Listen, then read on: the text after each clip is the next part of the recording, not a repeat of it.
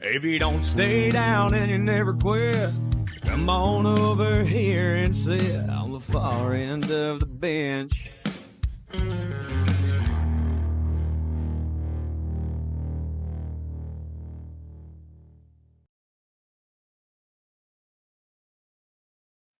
Ladies and gentlemen, it is through the toughest times that you truly learn about your character, and that is what we are dealing with right now on this podcast. As a Bengals fan and as a Broncos fan, the last 2 weeks have not gone the way that we wanted to. And yeah, we could sit here, we could complain. We'll talk about what we've seen and what we hope to see get corrected. But this is also a beautiful week because it is rivalry week. Bengals play the Broncos. It's in Denver, so I will be in attendance on Monday Night Football, taking Carly to her first NFL event. And it is also rivalry week where Nico and I go head-to-head. 1 versus 4 in our division. Nico has had a very solid start to the season. I got saved by starting Jordan Mason and Jahmyr Gibbs on Monday Night Football, and I got my first win. So I'm not going to be winless on the season because that was looking like a true possibility. We're all here. We're all getting ready to talk another week of football and enjoy the company of others, which is what the show is great for. So make sure that you're subscribed, you're following at FEOTB Pod. Check out all the new content that we have coming out. If you want something pretty much any day, you can find something that comes from our channel. Nico, it's good to be back. And I know that my scheduling mixed up. It might have been a better show. It might have been a worse show too, because we were almost thinking that we had to record Monday night. And Monday night after the Bengals game and the Bronco game on Sunday would have been a totally different tone if it was only 24 hours removed and not, like 36 hours removed. Yeah, it would have been probably a lot more upsetting, and B, we would have missed one of the best games of the year on Monday Night Football too, and that would have even been worse when you had Detroit and Baltimore on Monday night. So it worked out nicely. Unfortunately, your boy has a new job, and Jimmy's in conferences right now and has coaching at the same time. So we got to record at different times of the week with different things going on. But yeah, it's a good thing we're still getting a Wednesday in because, like I said, I hate missing a Thursday night football game and we have to talk about Thursday night football games before they happen. So it's a good timing for us. Yeah, and there's not a shortage of news to talk about. We'll get things going in the college football world, and it's a coaching circus right now. We've had the story about Billy Napier for the last 2 years. Oklahoma State just gave up almost every single point that is possible and looked absolutely terrible. Mike Gundy, who has been a staple, I believe he took the job before he turned 40 because he has the epic, I'm a man, I'm 40. That was his rant. He got the job like 5 or 6 years before he turned 40. So he's been there for a long time. It's probably was he the longest tenured? I believe so. And he's played there too. Like he's tried and true black and orange. Like he's a Cowboy to the day he dies. He's still rocking the mullet and everything too. Unfortunately, he never won a national championship. I don't even know if they made a playoff. To be honest with you, because he was never in the playoff era, but they were the closest they got was a Fiesta Bowl with Justin Blackmon and Brandon Whedon.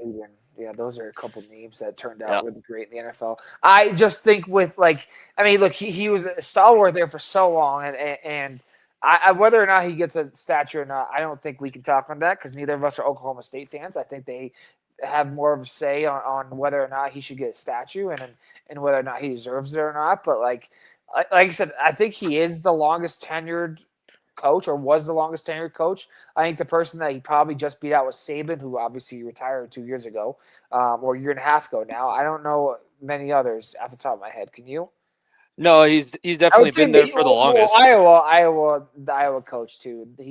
But they've been having issues because they've been trying to find a head coach that can get them to score points. I'm looking up. I want to be specific on how long he was the coach at Oklahoma State. But like I said, he was a player too. He holds a lot of the passing records, and I think it's something that Oklahoma State fans this year are going to be happy with. But that's the tough thing about college programs is you fire this guy. Now you have to find another person that's going to be able to come into Stillwater, Oklahoma, be able to sell people on the NIL that's hopefully there, sell people on the ability to compete in the Big 12, which is wide open. We have a couple teams that we're going to talk about in a second that are true championship, at least Big 12 championship contenders that we weren't looking at. Who's going to come in and save this program? How far is this going to set Oklahoma State back when you have to search for the right coach? Then you have to put together a recruiting list. God knows how many. You realize, Nico, the way that the rules are now, when your coach gets fired, you can enter the transfer portal and go somewhere.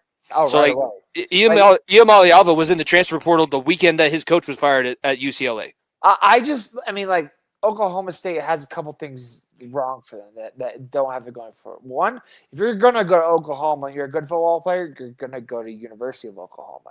That's unfortunately just the way it goes. Also, you're in the part of the country where you have a lot of guys who go to Texas, guys who go to Colorado, guys who go to Nebraska. You're in the Midwest where, frankly, Oklahoma State is not a premier program. I will say, like this is the same thing that I think CU, in a different sense, obviously bringing Deion is different, but like I think in a different sense needed a change. I think it was a right time to make a change and bring new blood. It doesn't have to be. It's like look, no offense to Mike Gundy, he's been there for a while. You're not replacing Nick Saban.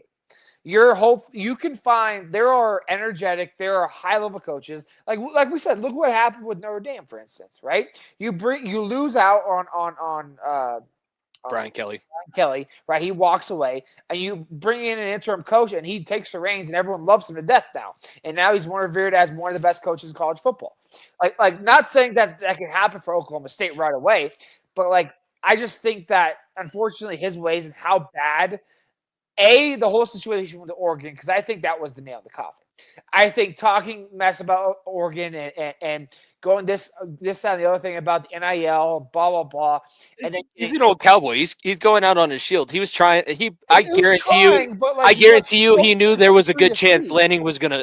I guarantee you, he knew Lanning was gonna blow him out by 50 as soon as he made those comments. There was a chance of that. Like I said, he was going out on a shield, except he had no bullets in the chamber. And just sat there and ate it. So like I think that was the real nail in the coffin. I think after this performance this past weekend, it was just like we have to move on. I think after the Oregon performance, they knew they were moving on after the season, and that his time would be ending. I think after that, as bad of a loss as was this past weekend, they said we can't wait any longer. We have to move on. It's not going to get any worse for the immediate season. So. You have that to go for you. I think it get a lot worse. I mean, you could go over still and be a they're 1-2 on the season. They've only won one game, so one win. But and I don't think that you're going to get embarrassed by anybody else on your schedule. Oregon's definitely the best team that they have on their schedule. There's nobody in the Big 12. As much as I'm going to talk and love and praise what Texas Tech did, because I watched their Big Noon game. I was listening to it on my drive out to the Springs for the game that I was getting ready to coach, but. It's the best example that I can give and what will help our people who maybe paid more attention to college basketball instead of college football. It's Oklahoma State is like Duke, where they have another sport that is so good and so historically great that is what they are known for, and that is where they put their resources. It's Duke basketball. Oklahoma State wrestling is Duke basketball. They have the most amount of champions. They have the most amount of success. They have all of this history and lore. And when you're trying to recruit somebody to go there for the other sport, you already know, like if you're a football player and you go to Oklahoma State, you know that you're second fiddle on campus, you're second fiddle in the athletic department, you are second fiddle in any of the NIL money because all of the resources are going to the wrestling team because that they really don't care. Like they want to make money on their football, but that just means they got to score points. So I honestly think that Oklahoma State is a job that somebody's going to take. Somebody's going to try and prove that they're a cool offensive guru. I'm thinking like who was the guy that was at Mississippi State and Washington? Mike Leach. I'm thinking of a guy that's like Mike Leach that's going to blow the offensive doors wide open. They might not win many games because I think they're going to give up 82, but you just got to get somebody to score points so that you can make some money on the football publicity. But they're there for wrestling. That's what they are. Like that's one thing that I think every state that has like a Colorado, like Oklahoma, like a Missouri, like has to worry about if you are a state school as opposed to a university school. Colorado State has this problem. Obviously, majority of Colorado students, high school students, go to CU. Majority of college students or high school students in Oklahoma go to Oklahoma. It's the bigger name. It's the bigger school. It's a bigger university. I will say Oklahoma State has produced NFL talent and developed pro talent very, very well. Like you look at, obviously Barry Sanders comes to mind. You look at what Des Bryant did in the NFL. Like they've had great talent all across the board. They just have never been able to put it together for a full season. I like I said, I don't think that there's a coach out there that can bring the fire as much as Mike Gundy did for them. I just think that a whole revamp of the system, revamping recruiting, revamping and coaching and play style, I think is much needed, especially when you're in the Big 12 where you're away from your older brother in Oklahoma, who frankly doesn't even care about you. There's other rivalries they care more about you than they do than against you. So try to bring that fire back. It's really not a rival. Big 12. It's really not a rivalry. I think we've looked at that on this show. I think they've won less than 10 games in the series entirely, and they've played like 70 of them. Oklahoma State's literally just a win on Oklahoma's schedule. And it pains me to say, because of the two schools growing up, I was much more of a Cowboy fan than a Sooner fan. I like the orange and black color scheme, obviously, and that was kind of where my heart was set on. But it's not like it's a situation. I don't think that there's as much pressure. Like it's a Division I program. No at all. No, it's not going to be a Kalen DeBoer situation in Alabama. If you go in and struggle, you go in and struggle. Gundy was struggling on the way out. Like somebody's going to have to that coach will be there for 5 years. Whoever gets hired there will be there for 5 years and be able to bring in an entire recruiting class and see what he's able to do. And like I said, it's probably one of the most attractive jobs because frankly, like the Big 12, you just said it. Texas Tech, a team that was horrible last couple of years and not very good. Look what they're at right now, right? No, who's to say that Oklahoma can't do this or Oklahoma State can't do the same thing when Texas Tech also has A&M, or UT also going against them, but they're still able to produce at a high level, especially in a conference that, like you said, it's going to change every single year who the conference champion is because of how deep and how frankly evened out it is. We think about Arizona State. They've had a falter to the start of the year, right? You talk about Kansas State, who is not even ranked in the top 50 anymore, and they were top 15 at one point. And there is BYU's up in the top 25. That's who CU has this weekend. Utah has the last 2 games this season already. So there's so much variables in the Big 12 that it's been a horrible start. It can't get worse than losing 63-3 against Oregon. But Oregon's the best team, one of the best teams, if not the best team in the country. So you can figure it out quickly. And like I said, whoever comes in, I think, is licking their chops at a possibility of revamping this program. I'm having to hold myself back from starting to look ahead at some of these matchups and talk about some of these teams. The other coaching situation, and there's really no way that it's possible it happens because the contract that Clemson signed, they have no wiggle room in that buyout money, and it doesn't get any cheaper the longer you pay it out. Dabo Swinney lost again. Syracuse, I don't really pay attention. Like I watched some of the Cam Newton videos. I don't really always like his takes, but I think that he had a good take on this one, and it was, Dabo Swinney is so stuck in the past, and if you just look at that matchup that happened, where you have Syracuse under Fran Brown, who they were running sprints after losing a game earlier this year to Tennessee afterwards, like the miracle on the line. Again, keep blowing the whistle. And then you have Dabo talking all this, he's living and smelling the roses. We won the conference 8 out of the last 10 years.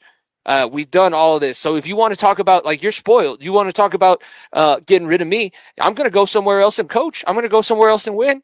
If you want to stop winning, then you're going to fire me. And this is all said going into the Syracuse matchup. Well, Cade Klubnik, the Clemson Tigers, they are 1-2 on the season.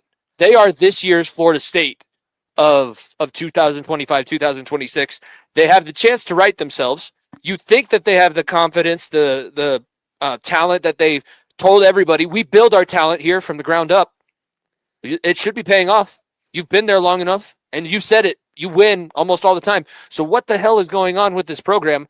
And at some point down the line, is Dabo Swinney not going to be the head coach of Clemson? Frankly, Dabo Swinney is I'll put Dabo Swinney in the same conversation as Nick Saban, and not in terms of how good they are as coaches. I think Nick Saban runs circles around him, but Dabo Swinney did beat him in national championship game, so I can't give him that slight.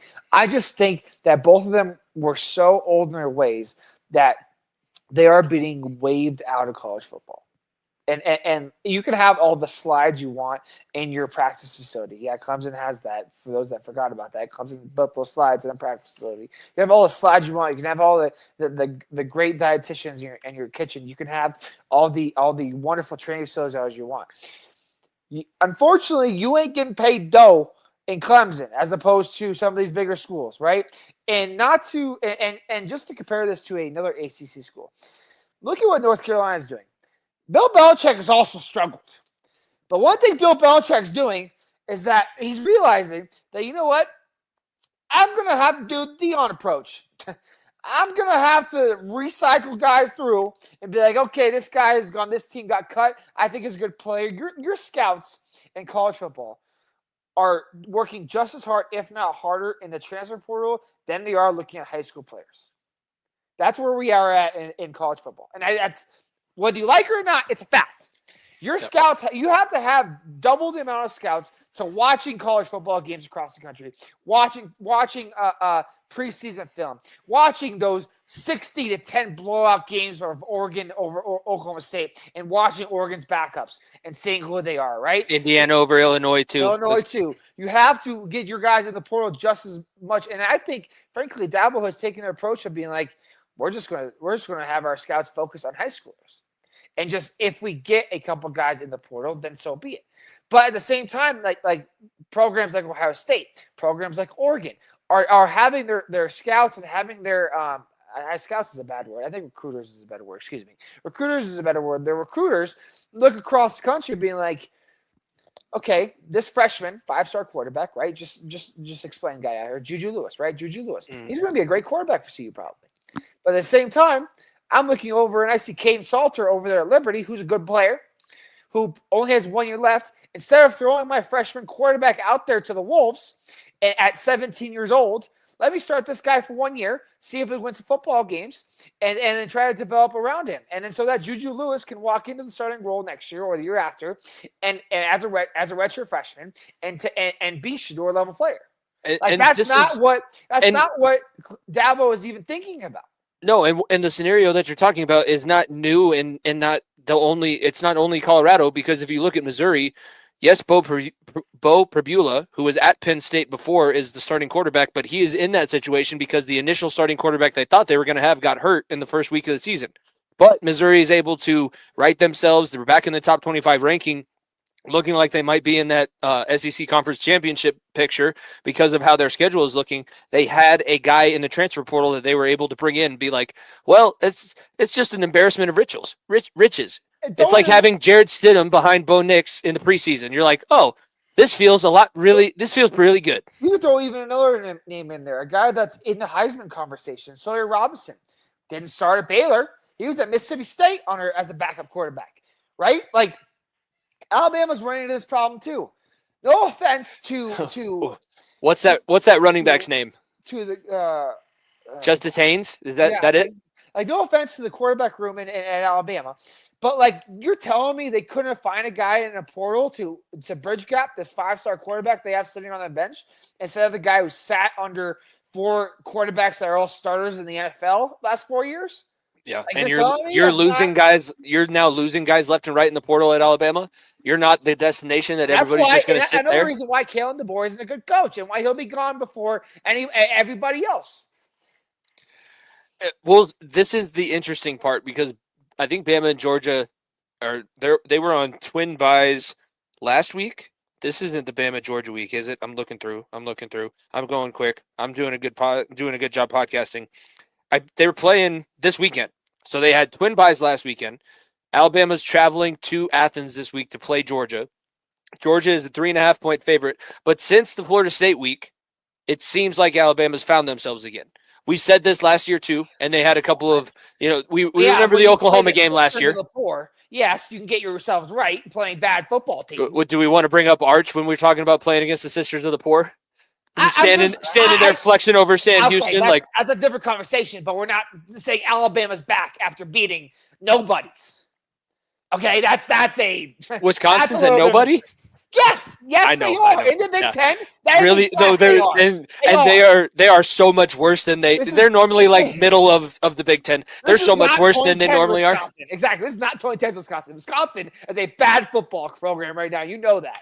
Like they have played a horrible football team, so I am far from. I'm just getting the cheeseheads riled up. I just want to get the Georgia cheeseheads went riled to up. Tennessee and beat Tennessee on the road. That's a good win. In a comeback fashion. Exactly. That's a good football win. Not playing Wisconsin, which they don't even know they're playing football over there. They're just worried about the Packers losing the Browns this past weekend. Yeah. Like I'm sorry, they haven't played anybody worth the note.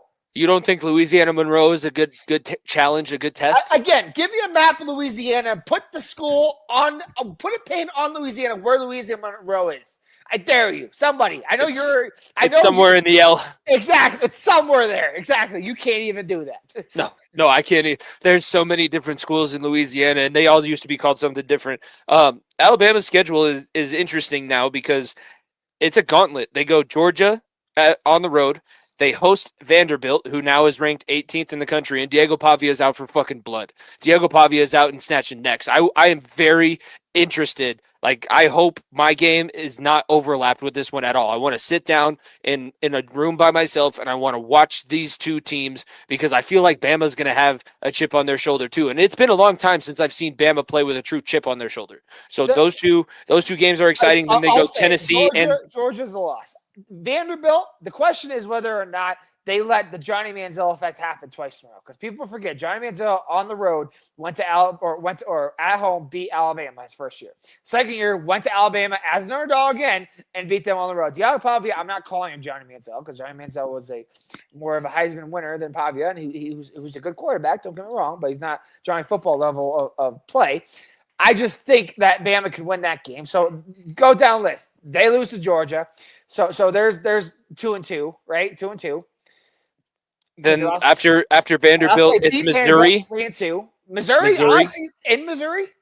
In Missouri. That could be a loss. I'll say 3-3. By the way, Missouri has the number one running back in the country, Ahmad Brady. He averages 156 yards a game. He has like 600 yards through the first 4 games. He's playing NCAA. I want to play this game whether or not Alabama will be ranked by the end of the year. 3-3. Keep going. After that, they host Tennessee in the big rivalry game, third Saturday in October. I'll say 3-4. I'll give it to Tennessee. Next. South Carolina in Columbia, South Carolina. That'll be South Carolina. South Carolina's falling off. 4-4. After that, you have LSU in Tuscaloosa. That's another toss-up. I gotta give one of these toss-ups to Alabama. So I'll go 5-4. Are you gonna give LSU or Oklahoma to Alabama? Because it's LSU then Oklahoma afterwards. Honestly, Mateer is now out for a month. He's out. So that could be the game he's back. I would give them LSU over Oklahoma. So we're sitting at 5-6 or 6-6. 6-6, yeah. And then you have Eastern Illinois and Auburn to end your season. So they play 14 games? I didn't even No. So they're 2-1 right now. They play Vanderbilt. If they lose to Vanderbilt, that's 2-2. So hold on, let's do it. They're 2-1. 2-1. Lost lose to Georgia. 2-2. Beat Vanderbilt 3-2. Next. Lose to Missouri in Missouri. 3-3. Okay. Lose. Do they beat Tennessee or do they lose to Tennessee? I say they lose to Tennessee. It's 3-4. Next. Yep. Columbia, South Carolina. Yes, beat them 4-4. LSU. We'll give them that loss. So 4-5. Oklahoma. 5-5. Eastern Illinois. 6-5. Auburn in Auburn. So we're going into Auburn as a chance to be 500 or better football team. Uh-huh. And by the way, Auburn is. And you're telling me Kale DeBoer ain't getting the boat? Auburn is looking pretty good. They don't look terrible right now. Auburn may win that game, especially at home.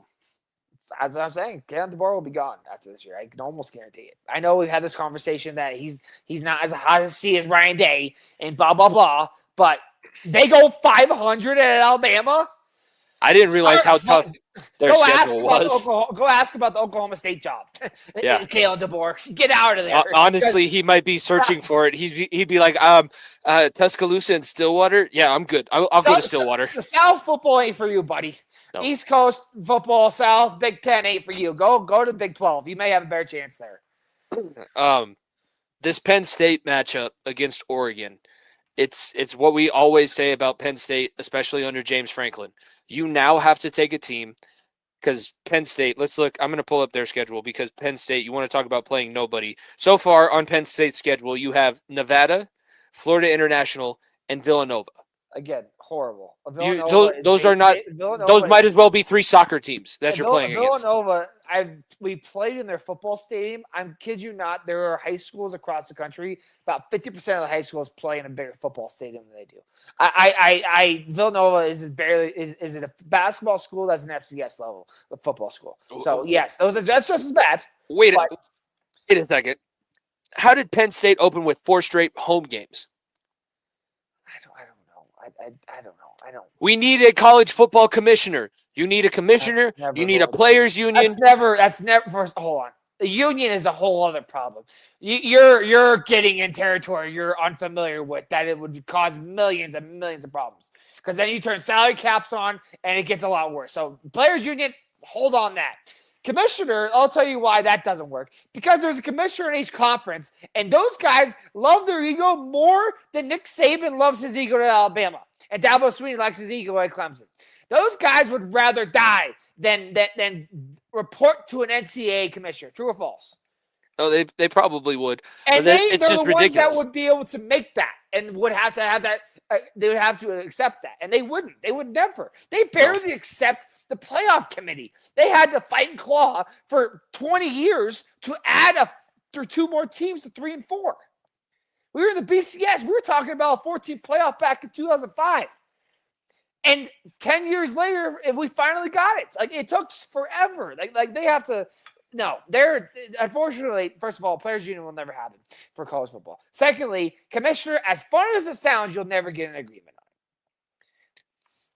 it. I think that it's just difficult when there's as many teams, but there needs to be something. I get that every now and then you can have schedules like this, but you have Penn State and you have Miami. You know, Miami doesn't travel outside of the state of Florida till November. That checks out. And you can't tell me that's not a competitive advantage.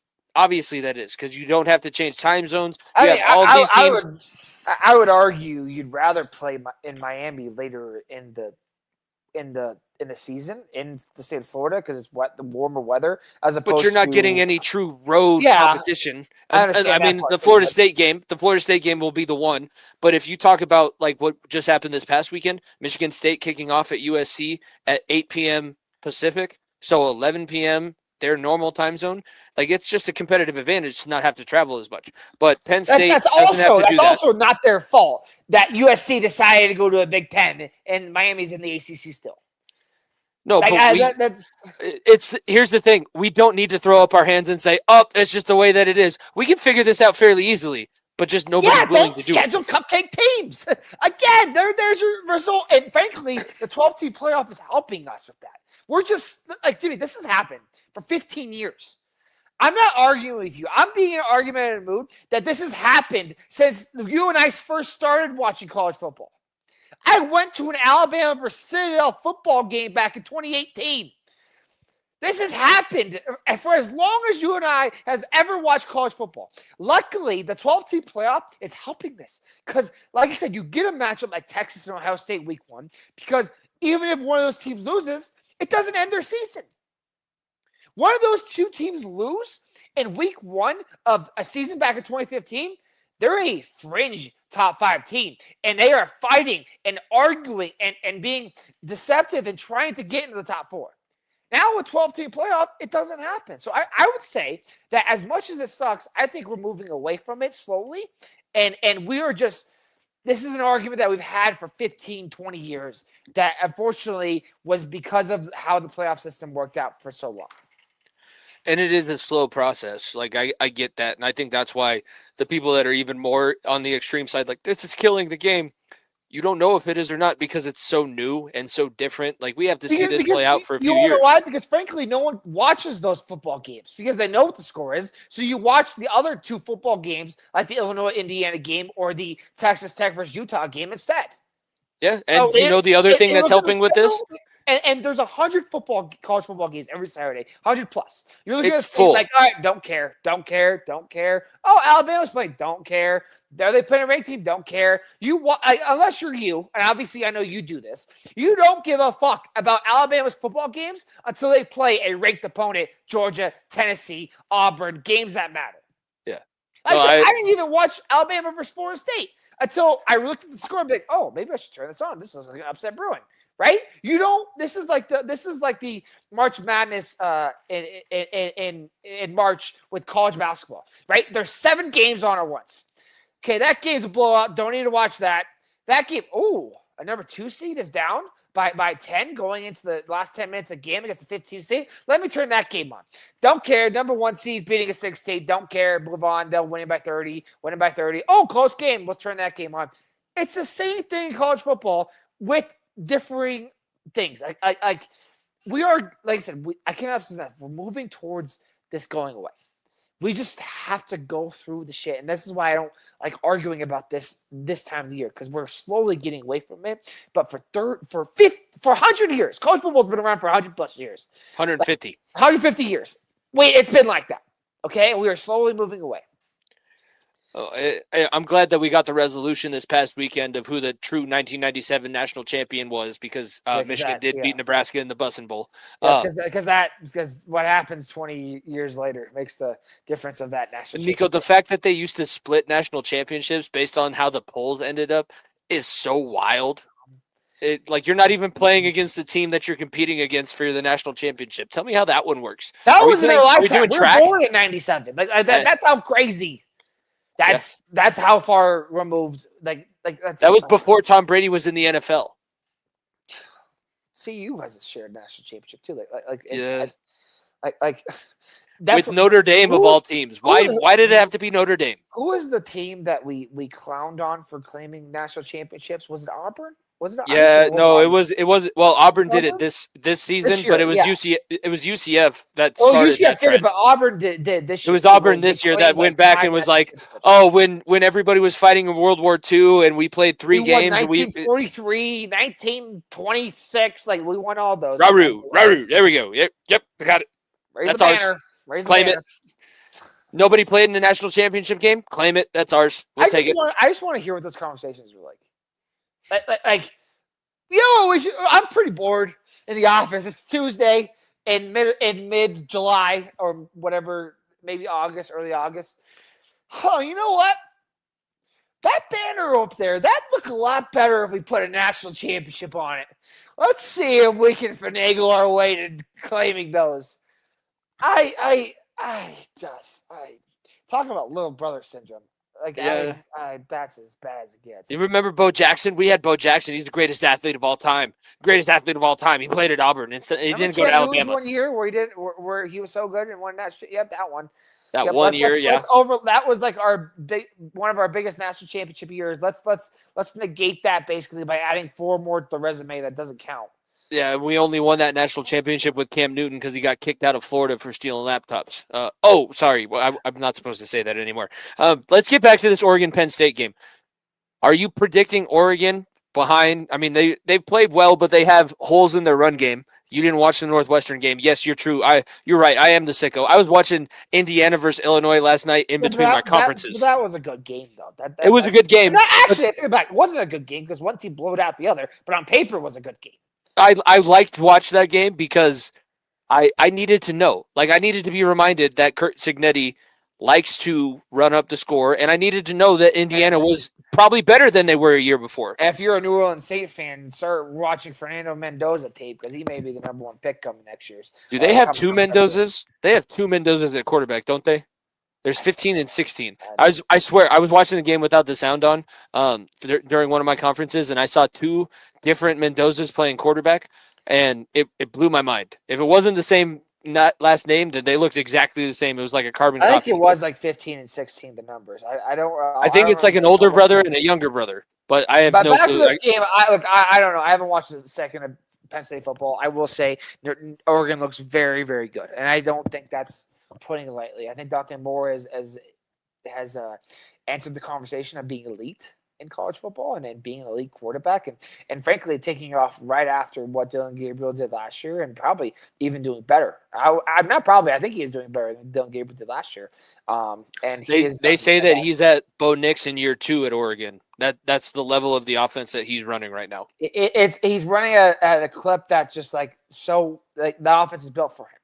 Like Dillon Gabriel, you could see was a good quarterback thrown into a system that wasn't built for him. Dante Moore with his legs, with his arm strength, with all that, his accuracy, with his smarts, he's reading the defenses too. It's the Dan Lanning offense perfectly, and they've been playing excellent ever since. I think this game comes down to me, the coaching. Dan Lanning has been in these games before, and he's come out a winner.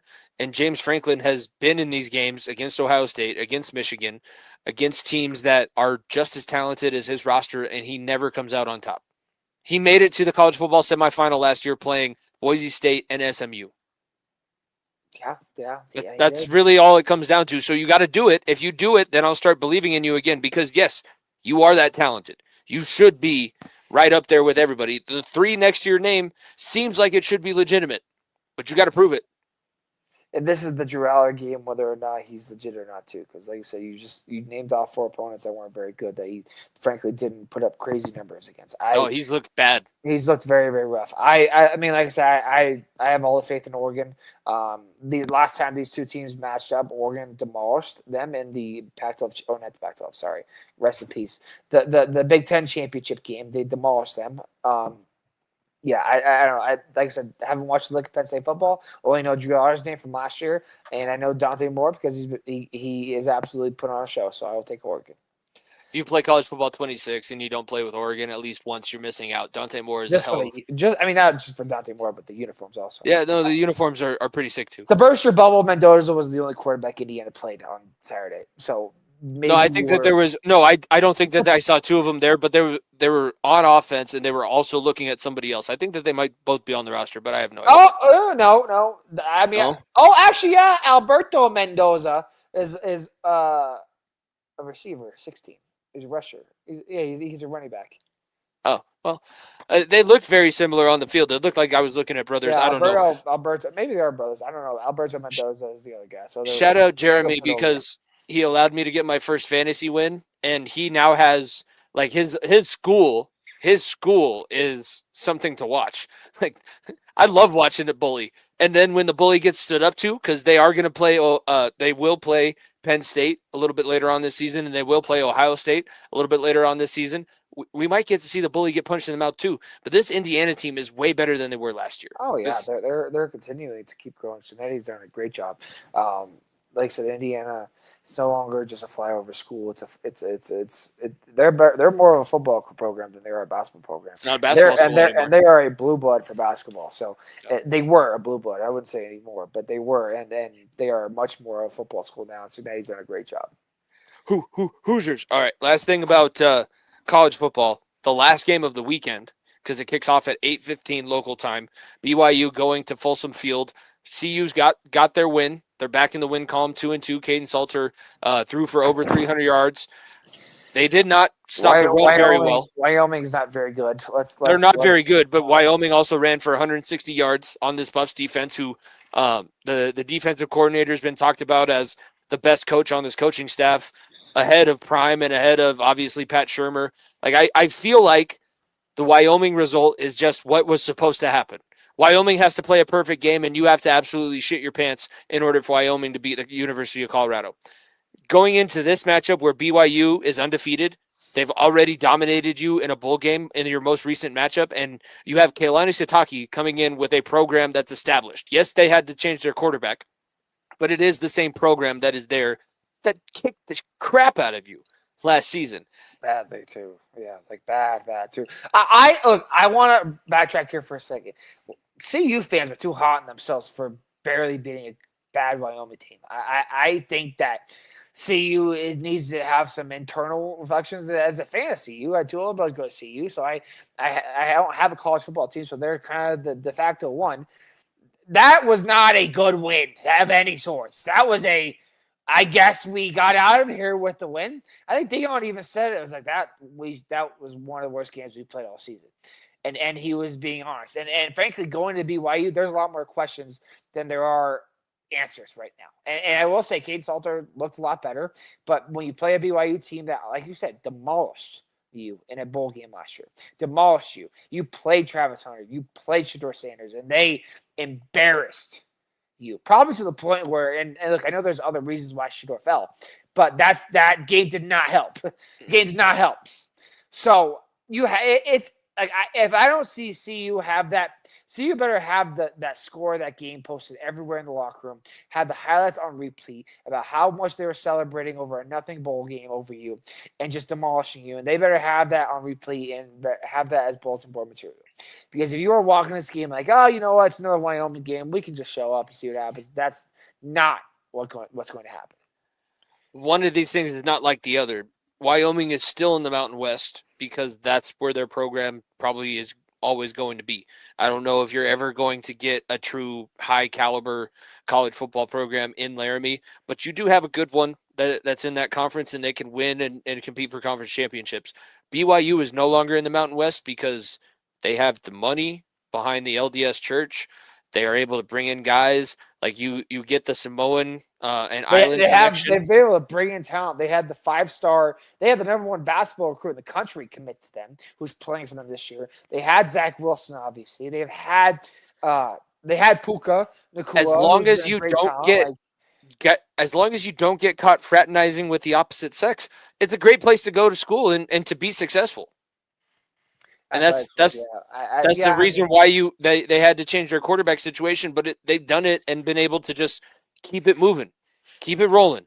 So funny to me. I mean, I only say those jokes because his brother plays receiver at CSU Pueblo and has to deal and gives Roxy the hardest time of all time. So I do like to throw those shots at Red Slav.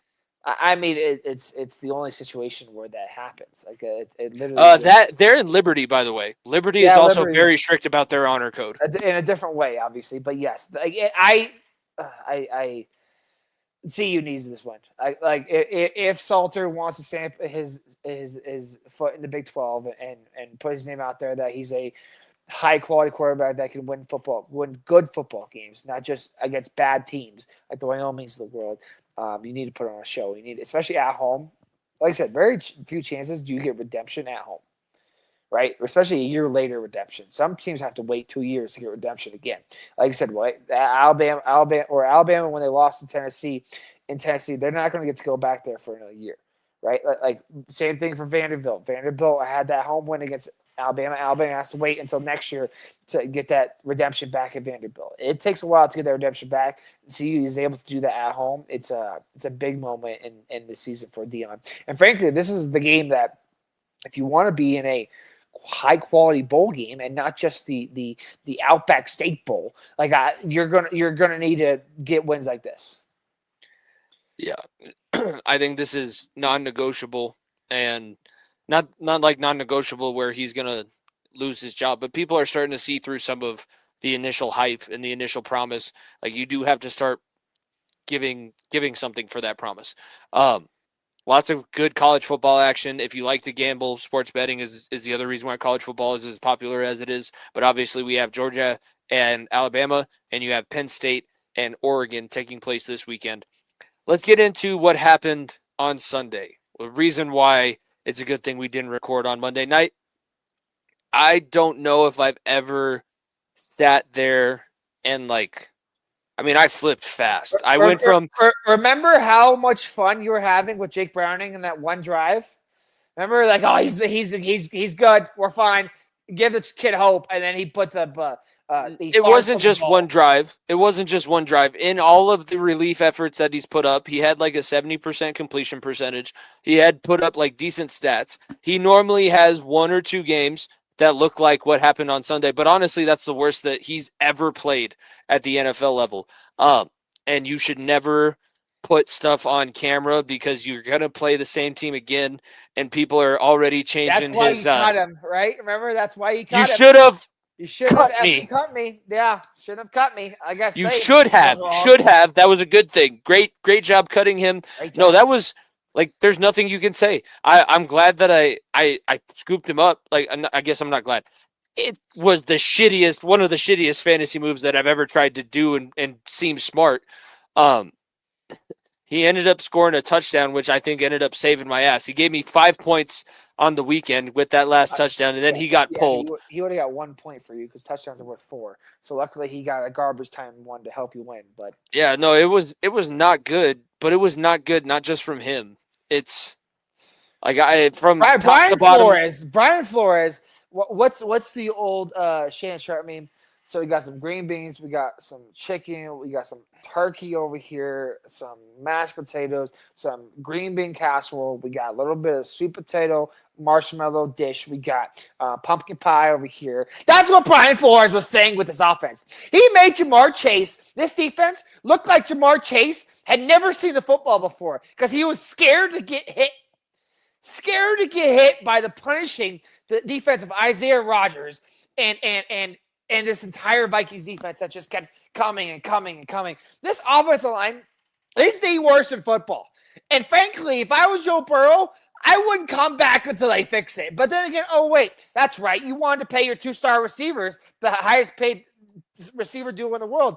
Joe, didn't you want that, right? You begging ownership. We got to sign T. We got to sign T. We got to sign T. That was the conversation, right? All those posts? While your quarterback is now nursing an injury? Like I said, this is Andrew Luck 2.0.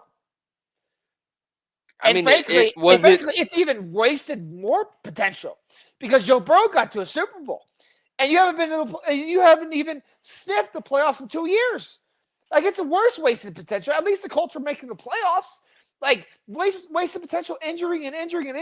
Well, you have a all-pro, all-world level talented quarterback, and you pair it with one of the worst defenses the last couple of years. Yes, it's better this year, but one of the worst defenses the last couple of years, and the worst offensive line created in football. It's getting worse and worse.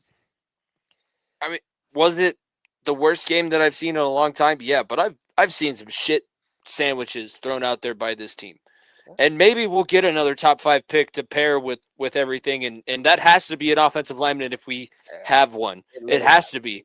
But, I mean, I don't know. I don't know if this is going to continue the way that it's going. It might look better. It will probably look better than 6 turnovers against the Denver Broncos. Would you like to entertain my conversation I said last week about Jameis or Shedeur yet, or no? I told you, yeah. I would think if Shedeur is there for the right price, if you don't have to give up, like, if the Browns are willing to take maybe is a little bit easier to get because Shedeur, with what he said, backing up Lamar, I don't think he'd want to back up Joe Burrow. But at the same time, like, he doesn't have a choice anymore. So fuck that. I know. Let's play this conversation out because this happened very recently, where a team lost their star quarterback a couple years after being very, very good, and picked up a guy that was released and was nothing. Now you know who that dude is?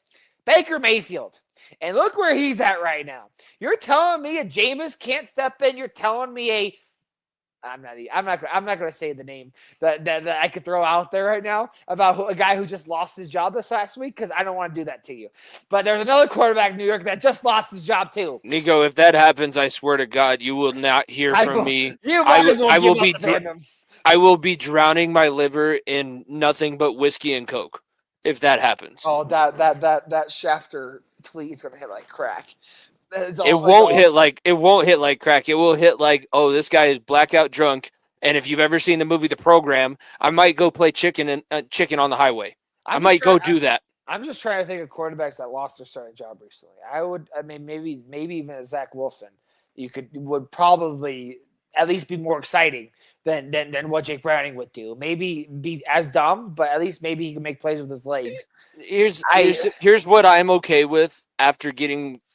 I had plenty of time to come to terms with what was happening to my team and what we're probably capable of this season. And I was texting Jordan the entire time, but I was like, this team is soft. At least this week, they were able to show me, like, we have no fight.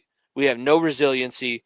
We don't think that we're going to be able to do this without Joe Burrow. So don't worry about winning or losing games. Let's just try and not make it as embarrassing. Like, you don't have to pay attention to us this year. I think that was going to be the overall consensus anyways, unless you went out and got maybe a Kirk Cousins, but I don't think that he's going to be let go in Atlanta anymore because of what Penix did. Like, there's other things that you could have done, but I don't want to have my hopes up after the injury to Joe Burrow. I will say this, like I said at the beginning of the season, you're wasting another year with your core. And frankly, you're talking to somebody who has done that for 18 I'm just repeating that again. Years. You're punting on a season in week 4. That's what you're doing by starting Jake Brown every single week. And frankly, you didn't sign Hendricks to this deal to punt this season. You didn't sign T to this deal to punt this season.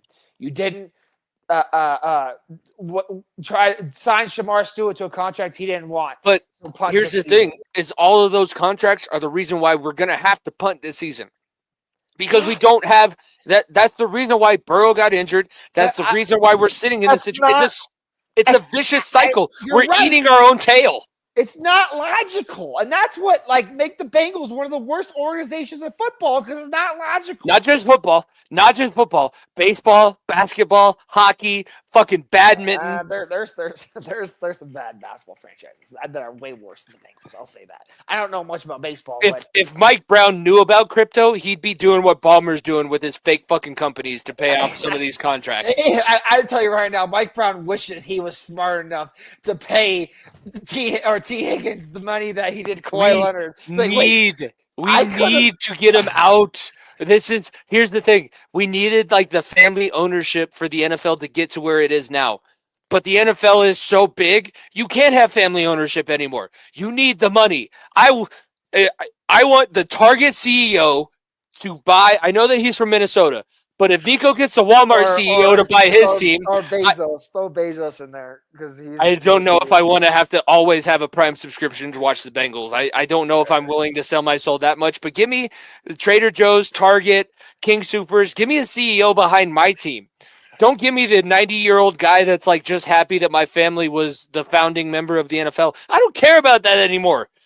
Give me a damn win. I mean, my team's building a gazillion-dollar stadium that we're not even going to have to pay for, and you just built an indoor practice facility 2 years ago. And I think we're still negotiating with the city how much percentage we're paying for that. And keeping the team around, that's even worse. Because always be worse. I hate to be the burden of bad news, but frankly, Cincinnati is not the best sports town in recent memory, in our lifetime. I'll say our lifetime. Because Bengals were good back then. Reds were good at one point.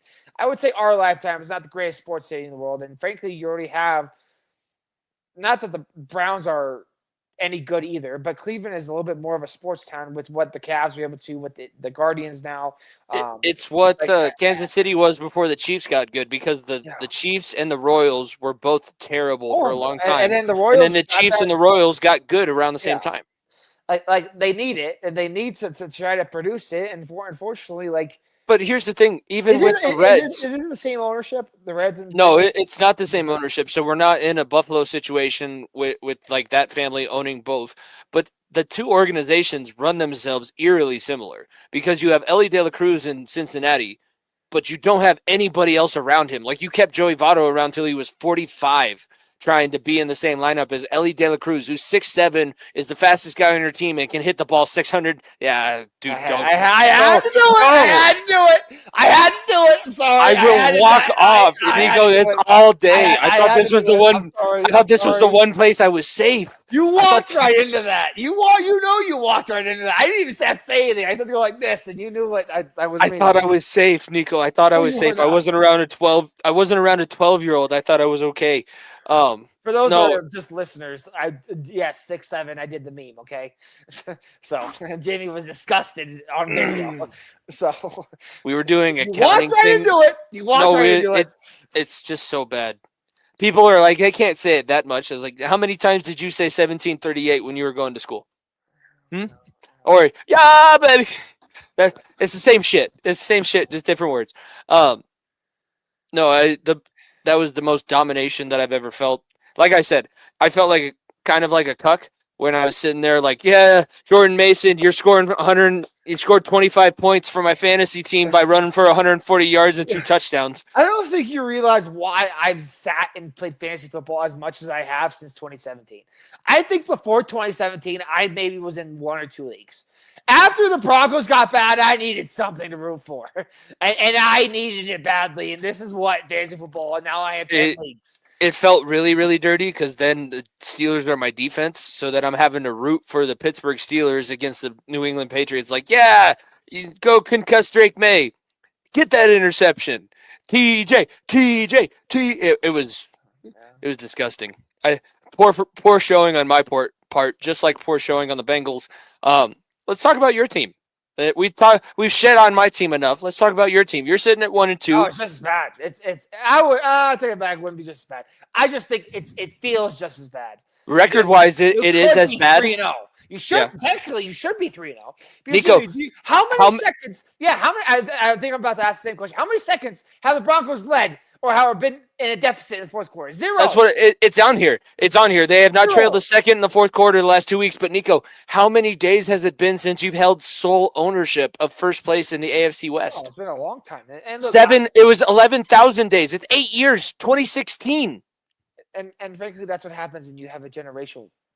Look. It's. I'm not comparing us to the Jets because we're a lot better organization than the Jets, but the Jets same boat because Tom Brady was in the division for so long, and now Josh Allen's in the division, right? Well, we had to deal with Patrick Mahomes in our division for 10 years, and now you have to deal with Justin Herbert.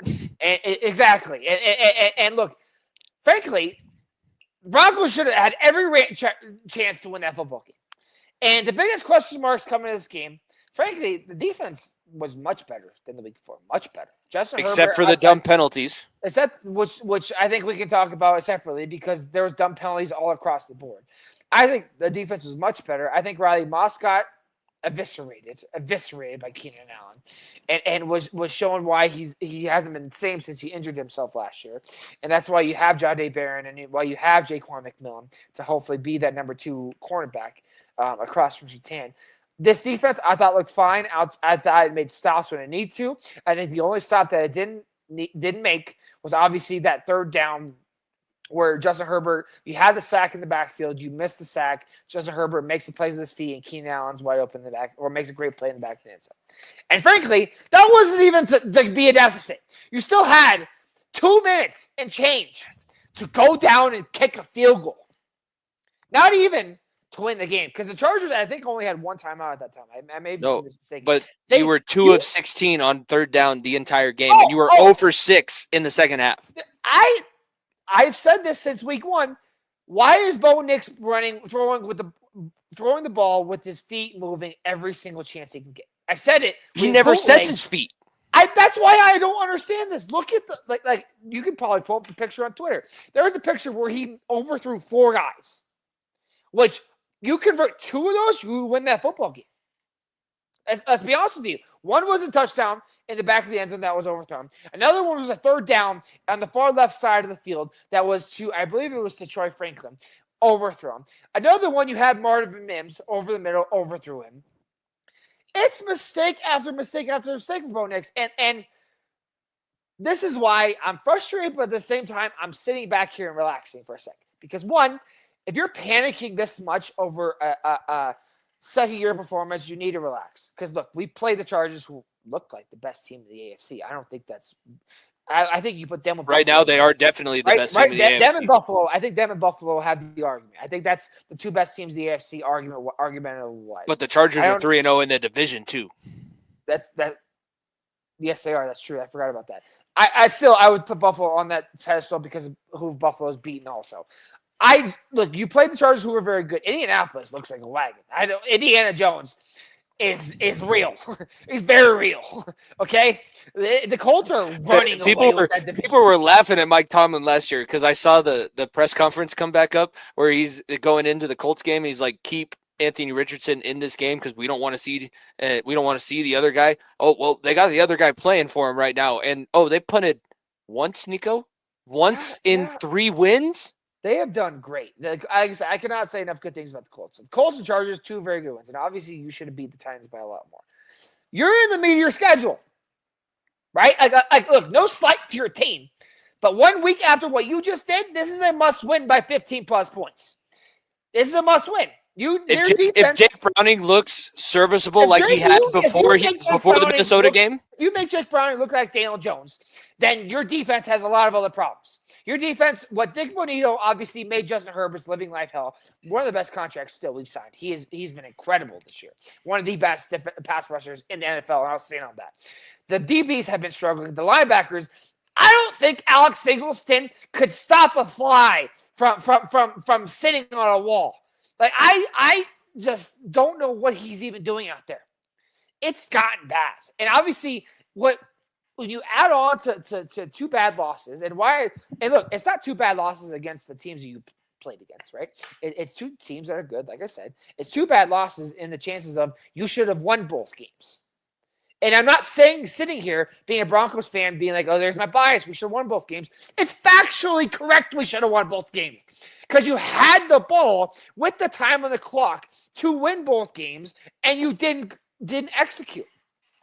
If I have to sit here and watch another fucking game-winning field goal go through the uprights, I turned off the game last week. I didn't watch the last field goal. I knew it was in. I said, "Yep, we're moving on to something else. Let's put on a movie." It was Batman, National Batman Day Sunday. I threw on a Batman movie and watched that instead of the last field goal. I said, "Yep, I'm throwing that on. Can't do this. I can't do it." There's nothing worse. There is not a worse loss in football than having a lead and then the other team driving down the field, killing the clock, and kicking a game-winning field goal. There is not a worse feeling of a loss. There is not a worse loss in football outside of maybe a pick 6 in overtime. Like that, it's just as bad. It's horrible. No, it's bad, and it's the same things that we've been talking about.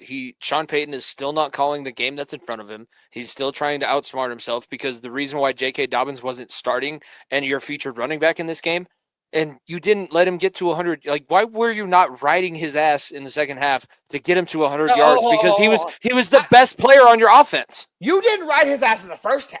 He had -5 yards.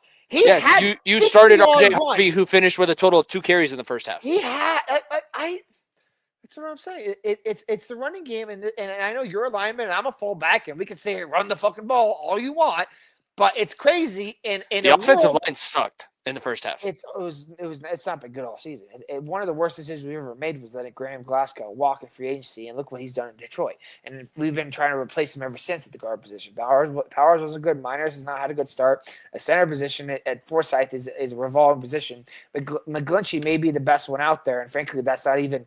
It's putting lipstick on a pig at this point because he looks slow as well. I like this team. It's all problems that are fixable. That's a good thing. It's all problems that are fixable. The sky is not falling. We still have, obviously, not having Evan Ingram healthy, not having Dre Greenlaw healthy, 2 your premier signings in the offseason, not even playing. I mean, Dre Greenlaw hasn't played a game. He won't play for another 4 weeks because you just threw him on IR. Don't get me started on why we didn't put him on IR earlier. And then Evan Ingram, who only played 40% of the snaps, doesn't even look healthy either. And he's not. And now he's out for this weekend as well. Like I said, it's these next 3 weeks are what defines this team. Because, like I said, without Joe Burrow, the Broncos should, and I'll emphasize by should, beat the Bengals pretty handedly because defensively, how good they are. Now, will that happen or not is whether or not Bo Nix wants to hit his receivers on stride or overthrow them consistently. And if you don't want to produce a running game that's even worth the crap.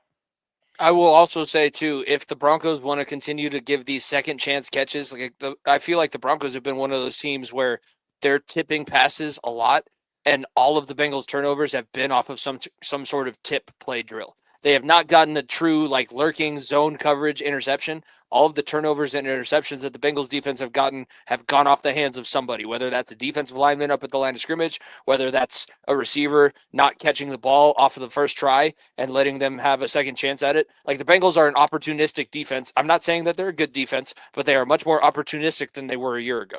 I will guarantee this right now. This Broncos defense will hold to the Cincinnati Bengals 21 or less points. They should, yeah. As they should. And frankly, I could even go 15 or less to Jake Browning. Whether or not this offense can produce more than 20 points is going to be whether or not this team can win. That's the game plan right there. And look, this is no troll to your offense because frankly, without Joe Burrow, you know how bad it looked against the Vikings defense, who are good. Vikings defense are good, but frankly, you can even say that the Broncos defense have higher profile names than what the Vikings did, and the Broncos can't replicate what they just did a week ago. Is anybody playing as good as Isaiah Rodgers? Because Isaiah Rodgers still owns everything about my life. Hufanga has dominated the field. He's still, but he'll give up 30 yards in penalties on personal foul plays. So I know this team. Like I said, I'm not sitting here like the sky is purple. No, it's still like it's a situation where the Broncos should win, but the Broncos haven't given you any indication that they will just go out there and handle business. This is why it's frustrating because, like you said, you think you have the coaching, you think you have the defense, you think you have the guy at quarterback, and frankly, you've lost 2 straight games where you proved that maybe you don't have the quarterback, maybe you don't have the defense, maybe you don't have the coach, and that's the biggest problem. And like I said, this is why we overreact to things because it's week 3, and like I said, you're only sitting at 1 and 2, and you lost to 2 teams that haven't lost a game yet. Also, so like I said, coming into week 4, it's a must win. And frankly, like I said, you have the Jets the week after in London, or I know it's somewhere overseas. I don't know where it's at, and then you have the Eagles who haven't looked great either. You have to start putting this together. I feel like this Bengals game and the week after are the must wins. Yeah. Like obviously you like I said, you set up 3 and 2 going into Philly. I think I would sign up for that. After how bad of a start we've had, you sign up for that. And you just have to also, like I said, if you take what's there, this team probably is 2-1, 3-0. If you just take what's there, but you're not doing that right now. If Bo Nix hits his 2 receivers in stride in the end zone, you beat the Chargers. Because frankly, like I said, Justin Herbert was negated for them. Ladd McConkey was negated for the most part. Marion Hampton couldn't get anything going offensively. And offense that looked very, very good for a lot of weeks. You beat them. You don't doink a field goal, Will Lutz, and you beat the Colts also. Like again, like I said, that's why it's fixable because it's like 1 or 2 plays here or there. But what happens, Jimmy? What's the old Major League saying? It happened once, it's a surprise. It happens twice, okay, interesting. We got something here. Happens 3 times, it's a habit, and you continue to be a habit, then you become a losing football team. And don't discredit the fact the Bengals know too. If they win this game, if they're able to play way better than they did against Minnesota, and they win this game, they're sitting at 3-1 with sole possession of number 1 in the AFC North by a lot. That's a whole nother game that you could possibly get on this. And, you know, I'm not sitting here saying that the Bengals coaching staff can take advantage of things, but there are things that the Broncos have left themselves open to that other teams have been able to take advantage of. This is why teams watch film in the NFL. This is also why teams try and get themselves better. Quickly, let's also just not put lipstick on a pick here. Zach Taylor got his job saved when Joe Burrow got injured. Yeah, unfortunately, because it's the Bengals organization. Yes, that's what I'm saying. Like the team has a bad year. Well, Joe Burrow wasn't healthy, right? The team has a bad year. Well, Joe Burrow. You're not wrong. You're not wrong. They'll fire the new offensive coordinator before they fire Zach Taylor if this continues the way that it has been. That's, by the way, the offensive coordinator does deserve some blame. 4 fumbles. 4. Isaiah Rodgers had more return yards in a fumble return and his pick 6, 156 yards, than you were even close to getting the entire game. The entire game, 4 quarters. Teams don't get down by 30 in the NFL. I know that we see blowouts happen in college. The fact that there was like 4 teams that got down by 30-plus points this past weekend, that is an anomaly more so than a solar freaking eclipse. That doesn't happen. No, it doesn't. It does not. Other things in week 3 that we'll talk about quickly. Caleb Williams. Matt Eberflus finally developed Caleb Williams as the opposing defensive coach because Caleb Williams looked really, really good against the Cowboys. I'm glad. I wish that I wouldn't have picked the Cowboys to lose that game. I wish one more touchdown. One more score by either side. Please let me hit that over. Don't let it sit at 45. Don't let it sit at 45, please.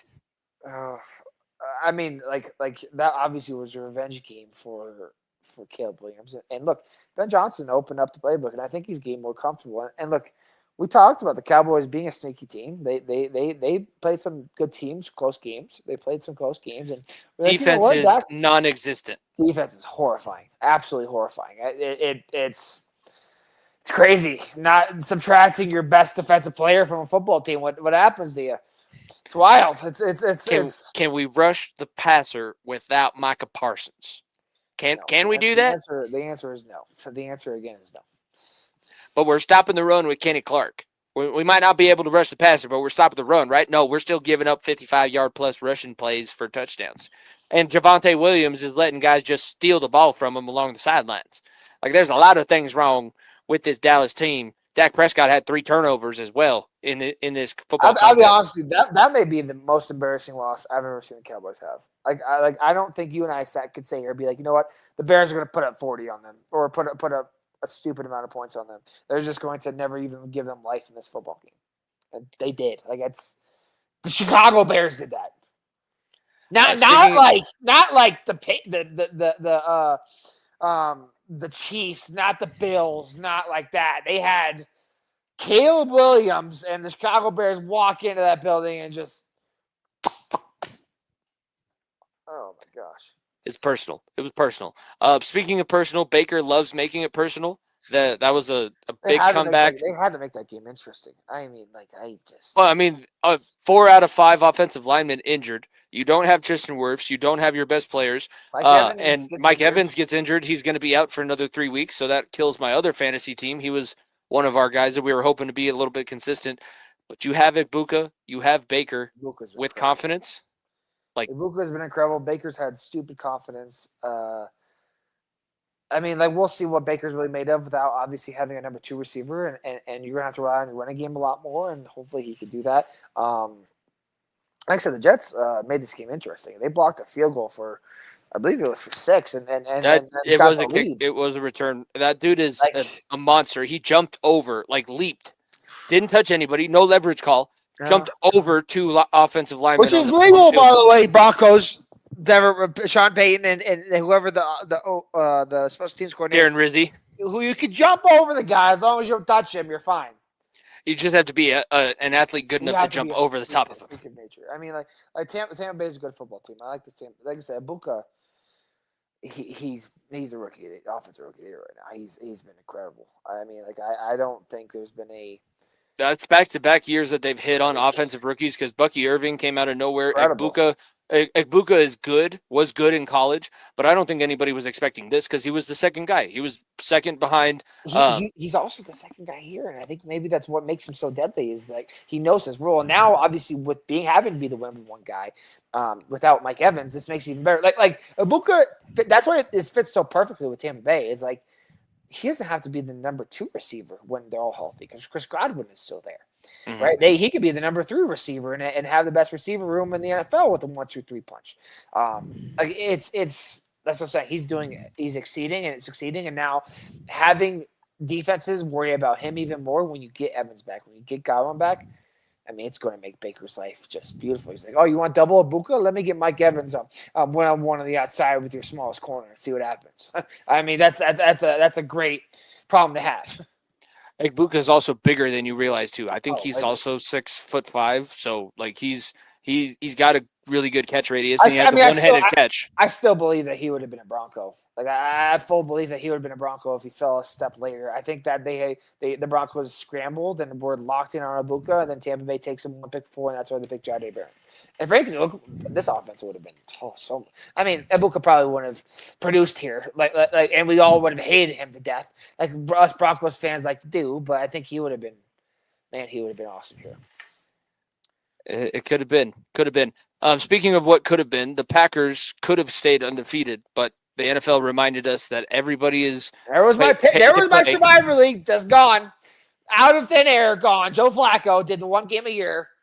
Yeah. And frankly, it wasn't Joe Flacco. This Browns defense is elite. I mean, the Browns defense is amazing, and Myles Garrett had the awesome mic'd up moment because they caught him on Myles Garrett's mic. He beats the tackle with an inside move, and I say it all the time. It's like you don't want to You don't want to give up a lookout block where you're just turning back and screaming, "Look out!" And you had one of those moments where Myles Garrett goes on the inside move. He's like, "Run, Jordan, run!" That's such a good soundbite. It's such a good soundbite. Oh man, I mean, I thought the Packers were a lot better than this. I thought they were establishing the run more. Josh Jacobs, he was nowhere to be seen. I thought they were doing it offensively. Jordan Love was using his weapons. Golden, obviously, Jaden Reed being injured, I think hurt them offensively a lot. They were really missing him. I thought Tucker Kraft had a great start to the year, and then they just lay an egg. Like I was sitting there watching that game. It was 3-0 at halftime. I think like it was like an ugly football game. It was ugly. I was just like, why am I sweating this game out? Like, you're telling me we couldn't have, like, scored one touchdown in the first half to make this not even, like literally, like, one more touchdown would have won you the football game. Just annoying. That's why Survivor Leagues are as fun as they are, because this was the game. I'm pretty sure you're not the only one that was knocked out with this one. A lot of people knocked out on that one. And I wish that I would have started Matthew Golden, because they haven't had to use him up until this point in the season. So I just assumed they wouldn't have to use him against the Browns. And I also didn't think that he put up like 15 as a rookie receiver that doesn't start and is basically just a gadget guy. That's a guy sitting on the bench that, damn, I could have started him this week. And he was sitting right there next to Hunter Henry that also had like 30 points sitting on my bench too, because he hadn't done anything. So I was like, I'll get him out. What are they going to do against the Steelers defense? Oh, I also think like I do try and not play guys that are playing against my defense, because I don't want to root for losing points. That I don't like the way. I wish the defense didn't start at a certain number and then lose it based on what they give up. I wish that they could give you points, and then I don't know. It might be something different. It's one of the leagues that I used to be in. It's our fantasy rivalry week. You are projected to win. You are the number 1 seed. This is an underdog matchup for me.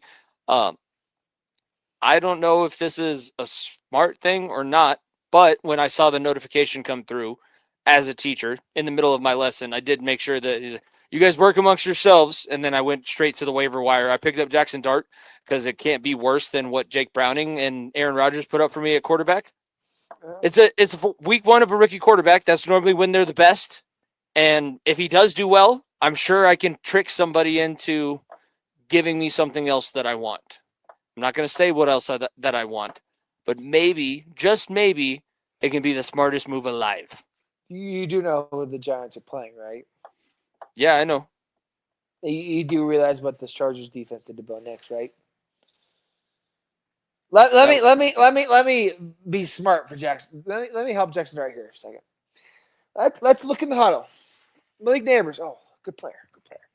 Go over here to my right. Who is this 44 white running back from Arizona State that's just racking up the yak at screenplays and just running people over? You know what? I think I'm going to use both of them this week. Malik Neighbors, get open, slant, first down. Cam Scottaboo, here's the football. Here. This is what you do. Set hut, turn around. Set hut, turn around. Set hut, Malik Neighbors.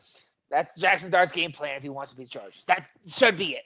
Without Khalil Mack in this game, I think that Jackson Dart can also get some points running the ball a little bit too. He's been used as a mobile quarterback up until this point, not as a starter. He wasn't as mobile in college. Didn't we set an over-under of when Russ would lose his job? This is even earlier than I thought. This is earlier than both you and I thought. We knew Jackson Dart was going to start at some point. I didn't think it'd be this early. No, and I honestly, it's one of the moves. I tried to be cute with it last year too when Flacco got elevated to the starting position, and it didn't work out for me. So it can be a good thing or a bad thing. I'm hoping that Puka is shut down by what's been a pretty good Colts defense. Because if I can shut down Puka, I know that I have players that can play with the rest of your roster. But what Puka's done up until this year, Puka's basically won you like 2 games by himself. Puka's inevitable. I was, like I said, I was in market for the Rams and Eagles game, and I was watching. I was like, Stafford throws to Puka like 4 times a drive. I was like, oh my gosh, this may have been the steal of the century. Because they said, oh, who's open, number 12? I think the problem last year was that he had to have a number one. He was the number 1 guy. And now you pair him with Devontae Adams on the other side, and defenses are like, okay, if I leave Devontae Adams one-on-one coverage, he's just going to moss my guy. So I guess I have to lean towards him. And all that means is Puka's under routes thrown right to him, just making his life easy.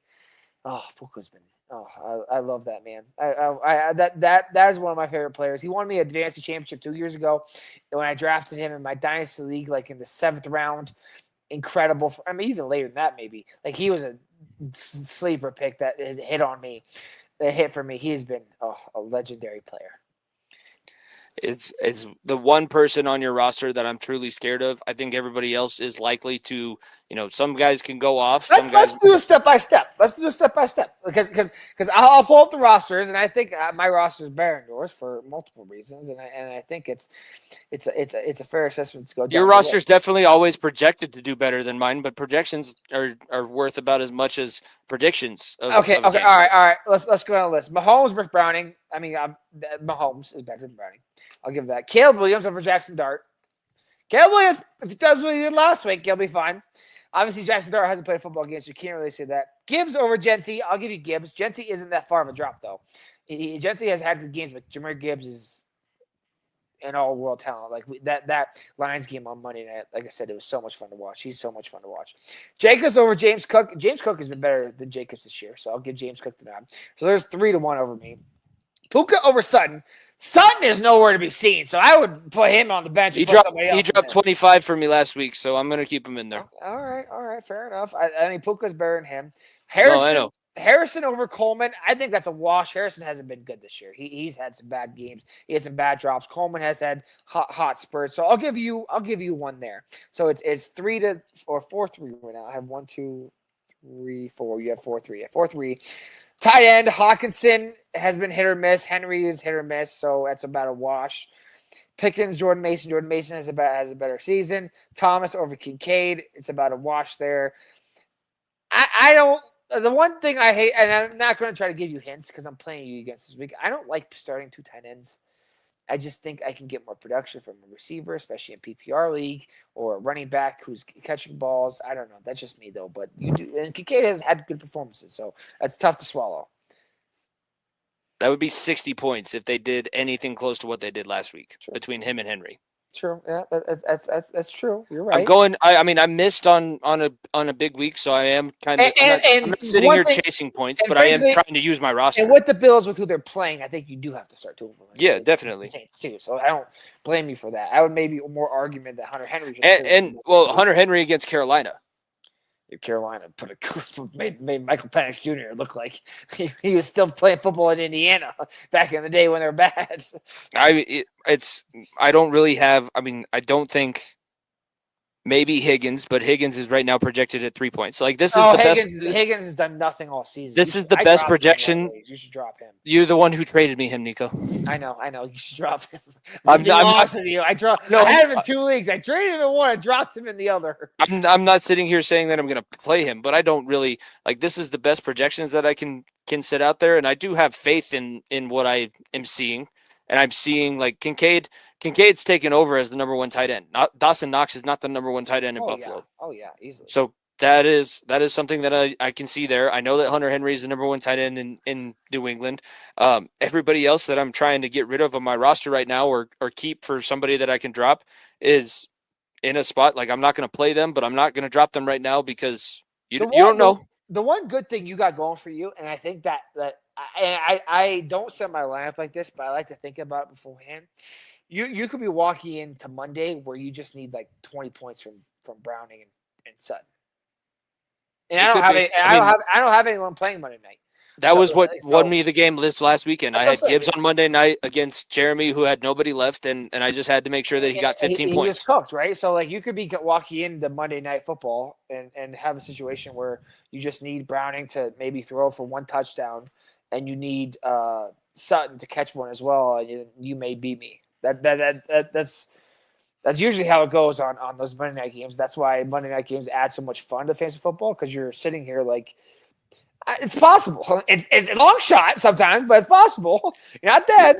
The one that I'm not giving anything away, but the one thing that I'm thinking about, I didn't get much out of him last week because the team was up by so much. I had Kupp in there, who's been a good producer, but they took him out in the third quarter. Like he had 5 points because he got thrown to like 5 times. So the Seahawks obliterated the Saints last week too. So that they're playing the Cardinals, and the Cardinals defense held the opposing team to Cardinals aren't no slouches. They should have beat San Francisco too. Like that was a good game. And it's on the road too. So yeah, it's on the road. It's Sam Darnold. I know that Kupp is a guy that he's going to be relying on. I'm not sitting here saying I won't ever play Kupp again, but there were other guys that produced way more that I missed out on. That's fair. I know we all have buyer's remorse. It's always the week after. You're like, yeah, I gotta start this guy this week because he cooks, and then he puts up 2 points. You're like, well, F me, I guess.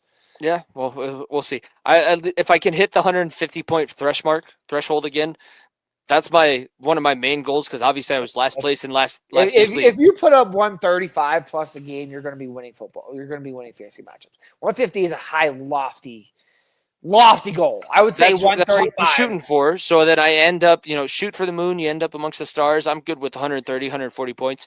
That I won with 145 last weekend. So if I can get somewhere close to there, I feel pretty good about myself. And I do like having guys that are playing later in the week. I'm not sitting here saying that I'm predicting a win. I'm just sitting here saying that it could happen. It could always happen. Fantasy football is a fantasy for a reason. Let's talk about some real things, some real games that we can get into. Fantasy football is real to me. Thank you very much. It's still real to me, damn it. You're sitting at 11-1. I'm sitting at 10-2. I've had back-to-back 3-1 weeks. My strategy of going with overs and unders hasn't necessarily been the greatest. I let you start last week, so I'll go through mine real quickly. We actually didn't overlap this week, so that's good. Yeah. But and we're not picking the same out. You tried to get me with throwback logos with Commanders. I saw what you did there. You tried to get me canceled. I saw what you did. Didn't let it happen. Saw it. I appreciate it.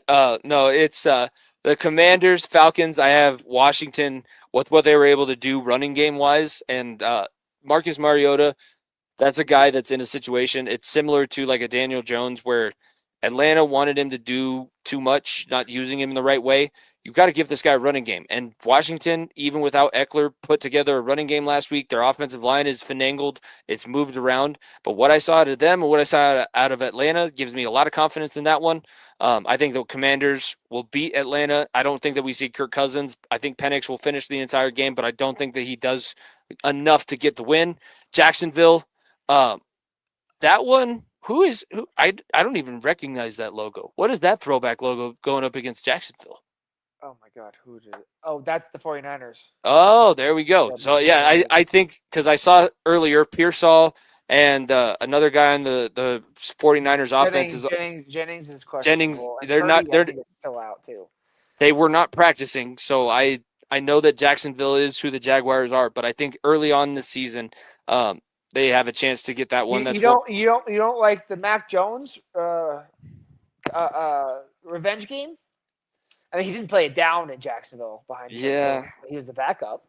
I've seen Jacksonville do this to enough good teams that I'm trying to put myself in a situation where I can continue to get good picks and talk about some different teams. I think that Trevor Lawrence they're still learning themselves under that new coaching staff, so it's a worry. But I do think you're also hoping that Jacksonville's offense looks better than what they have been, because if Brian Thomas goes off, then you don't have to worry about anything. He's been horrible this year. He's been your bad spot. When I traded for him, I was like, I got steal. And then he's been horrible through 3 games. So he's had alligator arms ever since that Cincinnati game. So horrible. I'm hoping that he reasserts himself. He may not even be the number one receiver anymore over there. It might be not even Travis. They have another guy. I can't remember. No, I have no idea. I've watched him play one game. That's all. Strange, Brenton Strange, who's like the number one pass catcher over there. Love me some Strange. Love me some Strange. I got the Packers bouncing back. They went against one of the best defenses in the league last week. They're going up now against probably the absolute worst defense in the Cowboys. So I think that they'll have a good bounce back game. I'm hoping that the Packers defense shuts down Pickens for our fantasy matchup. And then my over-under, I think that the Panthers and Patriots. That's an ugly football game taking over. It's a low number. It is a low number. Hey, and we can start saying it. The Patriots may have been one of the most disappointing teams to start the season. They have not looked good either. They've lost the Raiders. They've lost to some bad opponents, and they've maybe gone through the easiest part of their schedule thus far. It's going to get worse. So I still see the Panthers as a really easy game until they put enough weeks together in a row. Like last week was great. Yeah. Last week was great. But let's do it 2 or 3 times. Maybe get a winning streak going, because this team still under Bryce Young has not had a winning streak. It's like 1 every 8. So I'm hoping that we see a lot of points in that one. I think that there will be a lot of points. So real quickly, I have Commanders over the Falcons, Jaguars over the 49ers, Packers over the Cowboys, and the over 42.5 total of the Panthers and Patriots games for my week. What do you got? I mean, the only ones that I am not in love with is the over and Jacksonville. I think San Francisco could figure it out against Jacksonville on your side. I picked 4 different games entirely. One of these I think I'm less confident in the rest, but Buffalo and New Orleans.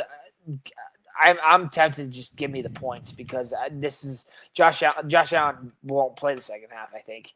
I mean, what Seattle did in New Orleans last week, New Orleans is going to wish that they just threw a towel and stopped playing football this season with how bad this beatdown is going to be. So give me Buffalo and New Orleans. I'm going back-to-back weeks going against the Brownies. I don't think Flacco could do it 2 in a row, especially against Detroit, who looked as good as they did on Monday night. And Cleveland is nowhere even close to the football team that Baltimore is. So give me the Lions over the Brownies. Next one, this is the one I feel least confident in. I went Bears over Raiders. Raiders have Geno Smith has struggled to start the season. Brock Bowers has not got anything going. Their running game is non-existent. Gentry has had spurts, but he has not had a consistent running game to help him. Their defense isn't very good either. And the Bears, after a big win last week, where they gained a lot of confidence against a bad defense, I think, in the Cowboys, I think they can put 2 together and maybe get another one here against the now Vegas, but it says Oakland Raiders on the screen. Final one. The Texans need to get this win. I have the Texans over the Titans. This is a must win for the Houston Texans. They're 0-3. They're playing the worst team on paper in the division going into this week. They have to beat Tennessee. They have to figure this out if they want to even sniff the playoffs because Indianapolis is running away with this division. And frankly, Jacksonville has looked a lot better too. And their offense in Houston has gone stagnant. Very stagnant, and they have to be able to put it on a rookie quarterback in Cam Ward if they want to get this season back on track. It's a battle of the basement, which is not what we were expecting. I know that we all thought Tennessee was going to be down there, but Houston was at least looked at as the second best team in this division. Jacksonville's 2-1. Best. Yeah, if not the best too. I think you and I preseason predicted them as the best. Yeah, I wasn't sure what we would get. I definitely didn't think that we would get what we're getting out of the Colts. I just thought they would be the best by what's left over, and that's proving not to be the case. I do still think that their defense is their strength because C.J. Stroud is so inconsistent, but Will Campbell and that defense can get after you and is so physical. And I know that these Titans receivers are going to drop, 5, 6? What's the over-under? What's Calvin Ridley betting on for drops on himself? Because we know that's got to be what it is, right? He's pissed off that he had to sit out a year, so now he's betting on all of his unders. This Texas, like I said, the Texas defense is their stalwart. Their offense, and CJ Stroud has looked horrible, and this is maybe teams having 2 years of film on him and really struggling there. Like I said, the Texans had to figure this out quickly. And like I said, I think Stroud's good enough quarterback to figure it out quickly. I think he's the best quarterback from that class still, and he's going to end up being a good quarterback in the future. I just think this is a downside for them that they need to start figuring out quickly. The other one that I want to talk about quickly, because it raised the question in my mind, I'm still sticking with him, but the Lions going up against this Browns defense with Jahmyr Gibbs as a fantasy owner of Gibbs and Montgomery, I'll put him in there too because both those guys scored 20 points plus with the way that they ran the ball against Baltimore. Cleveland's run defense has been very, very good, but if you don't have anybody close to what he's able to be even projected at, like he's projected at over 20 points almost every single week, I have Kenny Gainwell as my backup. I am not starting a Steelers running back over Jahmyr Gibbs, even if he's going up against the number 1 run defense like he is. Yeah, don't do that. That'd be one of the dumbest moves you'd ever make. Is all I'll say. Don't even consider that. You already win way too much, Nico. I don't need to give you easy wins. I'll get a few calls from our boys being like, Jimmy's colluding. If you do that, I'm dead serious. They'd be like, he's giving you a win. If nobody already didn't call you about that trade that went through. Oh, I got a few text messages. No, I know it was one of them. It was one of them. That was definitely collusion. Somebody's got a couple. Shit. Jesus. Don't worry, I got a couple. Damn it. That was I was so mad when that happened. Quickly run through your list one more time so people can ride with you. Bills over the Saints, Lions over the Browns, Bears over the Raiders, and Texans over Titans. Excuse me. We'll see if our pick'em streak continues. Nico's sitting at 11-1 through 3 weeks of the season. That's pretty damn good. This is really good for both. I didn't expect to be 10-2. I didn't think that I'd be sitting here. Let's wrap things up. Talk about the best and the worst of the week. I'll start with my best because even though it's the best, it is still not pleasant to talk about. Isaiah Rodgers owns everything about my favorite team. That, like I said, he had more return yards on a fumble 6 and a pick 6 than the entire Bengals offense thought of putting up in the entire game. And it's not just in this one game. It's something that he's done all season. This is the new leader of this Brian Flores Vikings defense. And when you have a cornerback that's your playmaker like this, you know it. When you have a cornerback that's able to make plays like this, your defense gets put in a lot of really, good positions, and you can bail yourself out of bad situations too. Yeah, I mean, like I said, Rodgers is taking the role in the DB room over after Cam Bynum left the Vikings defense, and he ran away with it. He's been incredible and just no pun intended. Yeah, ran away with. He did a lot of running, lots of running, lots of scoring, lots of shit. He's gone again from Nico. He outscored the Bengals by himself. Yeah, you want to talk about a guy outscoring a team by himself? Fernando Mendoza. We talked about him earlier. 21 for 23 passing. I mean, that's like 90. 16 in a row. 16 in a row. 267 yards. That's not the number that people need to look at. 5, count it, 1, 2, 3, 4, 5 touchdowns. And whooped the number 9 ranked team in the country, Illinois, 63-10. Like I said, this guy skyrocketed up the NFL draft boards, skyrocketed up the Heisman rankings. Mendoza has been incredible for Indiana. And like I said, I think he's running this Indiana offense better than, was it Rourke last year, right? It was Curtis Rourke. Curtis Rourke. He's running the offense better than Rourke did. Frankly, he's running the offense better than Michael Penix did. Like, he is doing great things over there in Mendoza. If Indiana can win against a couple of these top 5 teams in the country, like a Ohio State or who's the other team? Penn State. If they can get one of those 2 wins, I think we can have a conversation of Mendoza being the Heisman favorite. And I still think they need to play those teams to be above Dante Moore, to be above. He's above Mateer because Mateer's going to be out for a month. He's injured for a while. Like, I think he needs to have one statement win, like Johnny Manziel did, right? Like we talk about that Heisman moment. No pun intended. I don't think this was his Heisman moment because no offense to Illinois, I don't think half the country knew Illinois was ranked number 9 in the country. Okay, so like I just think that if he gets one win against Penn State or Ohio State, he could be a Heisman winner, and he could be with the likes of some of the best of all time in college football. So he had a great game. What Indiana and Mendoza did to Illinois is what everybody was expecting one of these teams to do to Indiana last season, where you just proved like this is an inflated ranking. They're not really that good. I said it. Indiana is way better than what their ranking shows because it wasn't just 1-year transfers that they brought in from James Madison. It was guys that were going to be around, and you got a better quarterback. I don't know how, because I thought that you got the best quarterback for the team that you had, but now Indiana is quarterback you for the moment with Mendoza. And it'll be interesting to see how the Heisman race continues on because there isn't all the guys that everybody thought were going to be top 5, Sellers in South Carolina, Klubnik and Clemson, Nussmeier and LSU. None of those guys are playing Heisman caliber football right now. Drew Aller too. Mendoza has set himself apart.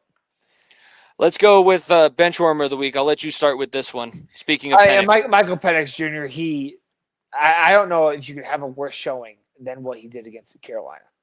I seriously don't think it gets much worse. Like, Carolina is not, like emphasized enough, not Buffalo, not Philly, not this team that you're projected to make the playoffs. Like, you had a great performance last Monday night when they beat what was it, the Rams? The Vikings. Vikings, that's right.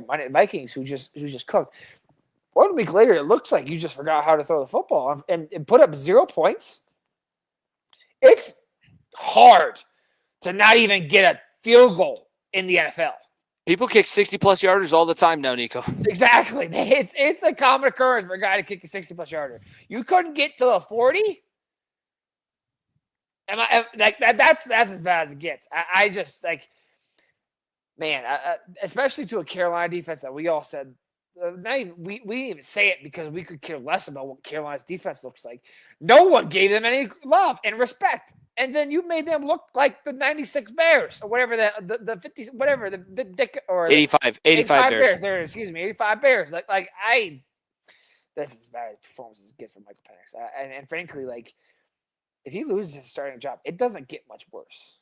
No, and I don't. If you're a Falcons fan, you're not sitting there screaming, "Yes, Kirk Cousins is back." 1 week after a great Monday night performance where you beat the Vikings, a pretty good win too, and then 1 week later you just do that, and I'm just like, wow. Wow. The only explanation is that you prepared so much for this Brian Flores crazy defense. Like, you have to study the film, you have to know where the blitzes are coming from, and you just expected Carolina to be something totally different, and you didn't take it as seriously. Hopefully that's not the case, because you're playing and getting paid hundreds of millions of dollars as a professional athlete, so you should probably take this seriously every week. But these are humans. This is a very young individual. I know he's not young age-wise, but he's a young individual in the NFL. It could just be that simple, like, oh, I thought that the Panthers sucked. I guess I do have to make sure that I study film every single week. There is no, what do we say, Nico? There's no Washington States on the schedule in the NFL. There are no just Eastern Illinois, by the way, shout out Long Island University, the Sharks. We talked about them early on this season. Got their first dub on the season. Got their first win. The Long Island University Sharks, who play on Brooklyn for whatever reason. My benchwarmer of the week, King Henry. King Henry, because it's a division rival. By the way, back-to-back weeks. Back-to-back weeks.